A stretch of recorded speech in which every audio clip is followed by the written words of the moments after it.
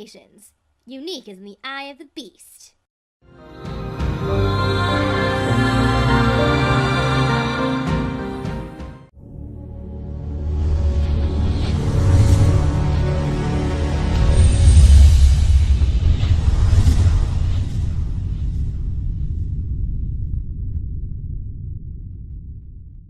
Came from a song. It actually came from a song because my grandmother first called me.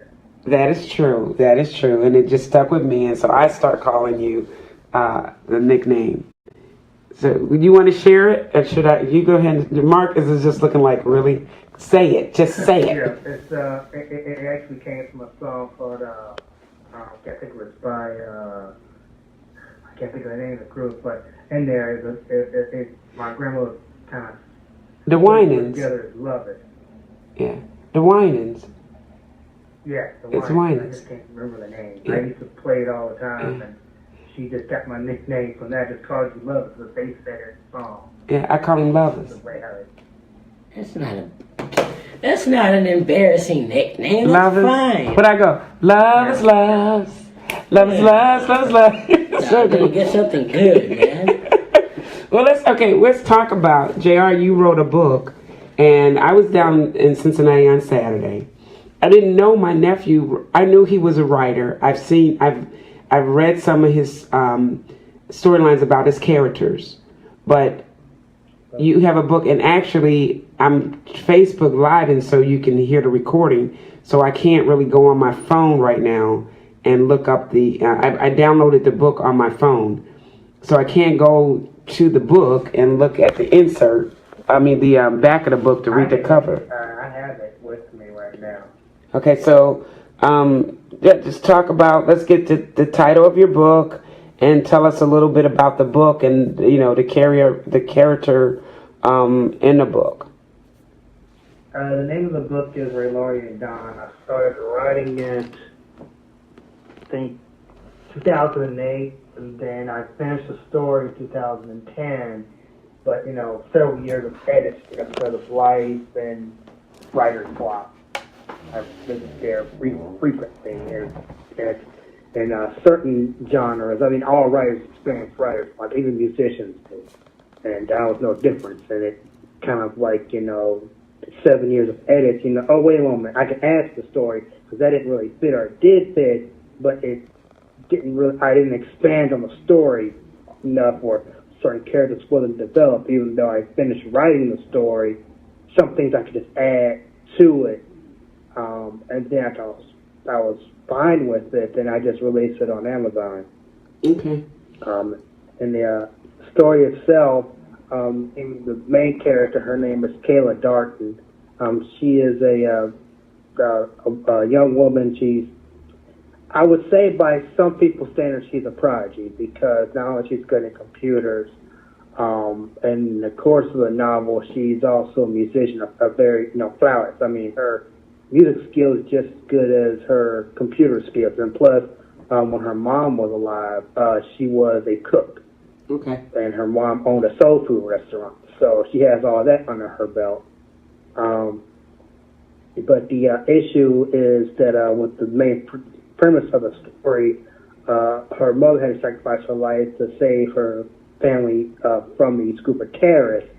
And Kayla does not know why these people are after her, but event happened in her life that she lost her memory. So first 7 years of her life are gone. Like you have a stroke, you lose some memories, or if you're like some kind of brain trauma, and you lose like some memories of throughout your life. Well, she had an experience around 6 or 7 years old, and she lost all those memories from the first 6, 7 years of her life. And those 6, 7 years of life are keys to who those terrorists are.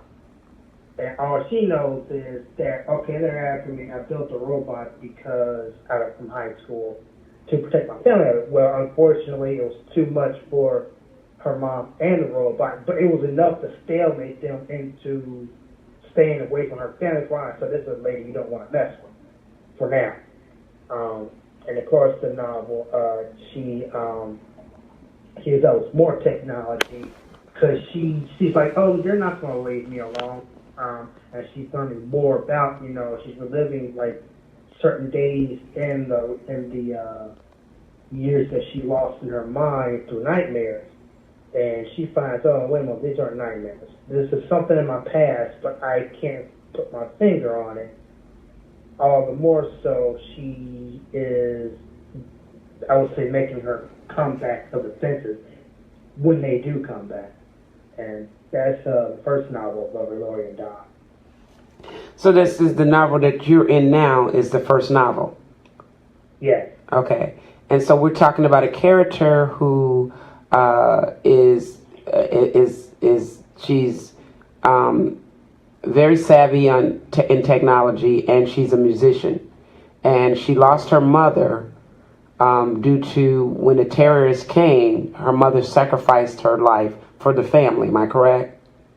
Yes. And once she did that, now the mother's gone, and Kayla's still here, and she's trying to understand what happened to her, because the terrorists are still around. Just so she's now trying to go back in her past to understand what's going on in her life today. Am I right? Right. How did you start writing? What sparked the writing, in you, the writer in you? I'd say I would begin around like 5 or 6 with stick figures, and the old adage is pictures for 1,000 words. Well, the one book I think I had about 2.5 bound bonds with a huge, 2 5-inch binders filled with comics. I called it CJNO. Or you probably remember it because you may have probably seen it too, though, in my. I remember. Uh-huh. Yeah, it was. And I had looked at it because I thought it was like a 2-inch binder, and then I went back and I tried to see if they had any on Amazon, because I know how big the books were. I had a 5-inch binder, and then I looked to see how many pages to fit in there, and it said 1,000 each. I said, I had 2.5 of those. Okay. And I looked at it that the Oxford Dictionary Compact Edition was about 2,400, around that much. The compact edition, not the full one. The full one's like 2,100 or 21,000, but the compact edition I think it's like 2,464. Well, CJ World was bigger than the compact edition. But I just drew pictures for fun and created stories out of those pictures. Yeah, I've seen pictures that you've drawn, and I know you drew a character of me, and I actually posted that picture on my Facebook page a couple years ago. But when we talked earlier, you were talking about some of the TV shows like NCIS and those stories that got you started to writing, especially in the book you wrote now. In the Caleb. In the current books that I have, I'm more or less of a mystery sci-fi. I mean, when I was a 5'6", I was back then, I would stay up late, because back then BBC always played like at midnight, before they had the BBC on satellite. So I stayed up watching Doctor Who. Most of the time we got in trouble for it, but I was interested. Tom Baker was the first Doctor Who that I was influencing, and my first sci-fi story, W.C. Island, was influenced by Doctor Who and Time Cop, and then I wrote it, and I came home with my teacher, Mr. Graham, had told everybody in my parents, oh yeah, I like his creative writing. The class loved it, my sister loved it, she was in the adjacent classroom, and that's Miss White. And then she came home and told my and then my mom was talking to my Aunt Margie, and she told me, well, you better get that copyright. I had no idea what copyright meant at the time. And she told me, she just educated me on what I needed to know. I said, okay, copyright that story. You may not have the money now, but there's different ways of cost-effective ways, to spend no money to copyright something. Okay. And that's what I did. I mean, all that stuff was, either I sent it to myself, or just, more versus most copyrights when I look at it, order them out. If you have a whole community that knows that you own that story, that's copyrighted enough. Or someone tries to steal it, you got 100 witnesses saying no. They stole that idea from me. Okay. So with with your most latest book, what would you say was the inspiration for this book that you're talking about now? Well, I'm more heavily into like the anime genre, like there's like Dragon Ball, and there's Naruto, which is like ninja. It's more of a ninja-based story, but Kayla's story is kind of like I was more or less like Marvel comics. Iron Man being one of them, and before I knew about the recent like Civil War II, Riri Williams, she basically took on the mantle after Civil War II. And Civil War, there's a Civil War movie, but in comics there was another one, and instead of Captain, it was Captain Marvel.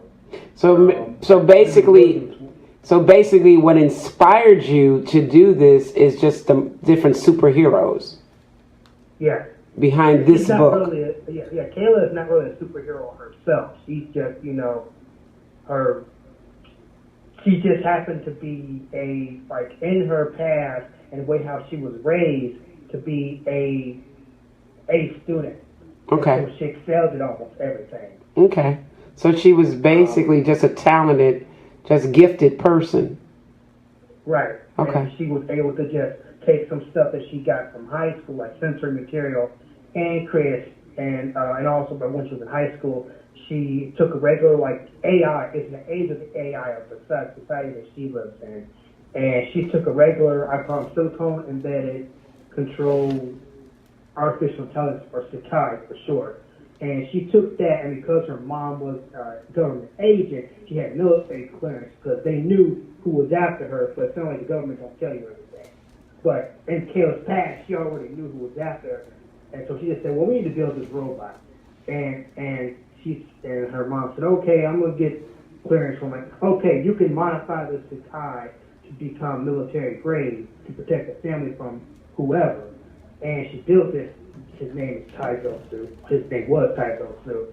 And protected the family for many years. And before the story, it was her mother, Mariana, and Taizosu that ran them away. And both of them that basically still made the character think, okay, we can't mess with her. Let's stay low for a while because she was too much for our agents to deal with at the time. And okay. So, and during that time, she, in the course of it, she built another one, but not a robot, but most on the lines of what Iron Man did in his first suit. But Kayla is a minimalist. She can create like an garment that is a suit of armor. That she's wearing it, she can hit with a reflector or get knocked across the room like a Hulk would anything else. Okay. So we're talking about a lot of special effects in this book, a lot of different, action. I got a question. Knowing that you are yourself also a musician, JR, and we're going to wrap it up here. Just give us, a little bit about how we can get the book. I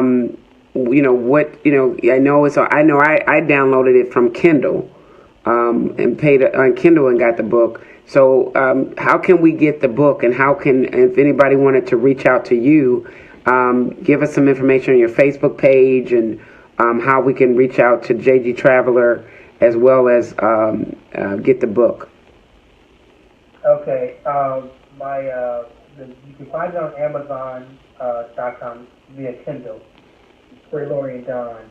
My Facebook page is Temporal Flux Series. TEMPORALFLUX, and it's the multiverse series. Raylorian Dawn is within the universe of Raylorian's memory, and that's book number 1. I'm currently working on book number 3. Okay.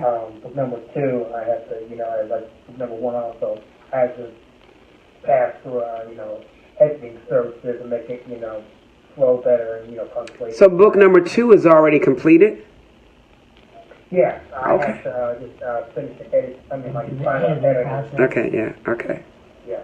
Just like this for book number 1. Book number 1, I've had other people I've shared the paperback too, and they go, there's some errors in here that I have to fix. Okay. fortunately, I can update the Kindle, be updated faster than paperback. So, Okay. And plus, I think there's like an option on you can update the book. The Kindle is the author updates, so you have to buy it all over again. Okay. So you can get the book on Kindle, you can get the book on Amazon, and the email address, how can they get to you on Facebook? Yeah, that's my Facebook fan page, Temporal Plus. That's Temporal Plus. Flux. Okay, Temporal Flux. Temporal Plus. Okay. And then I have JGTraveler also on. That's my Okay, I'm used to the JGTraveler page. Yeah. Okay. Yeah, so Temporal Plus is the sci-fi game. Okay. So what we'll do is we'll get that information on how to get to your pages. Plus, I'm Facebook Live in this interview. We'll put it on our page, just the two of us, and get the information there so they can grab it from there, or they can go to your page and get the information.